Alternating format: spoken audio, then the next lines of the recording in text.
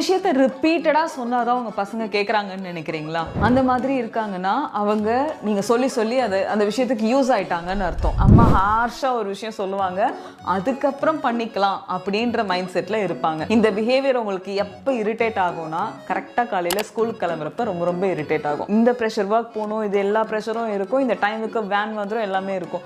But பசங்களுக்கு இது எதுவுமே தெரியாது. நம்ம பழக்கிற வரைக்கும் அவங்க எதுக்கு ப்ராக்டிஸ் ஆக மாட்டாங்க.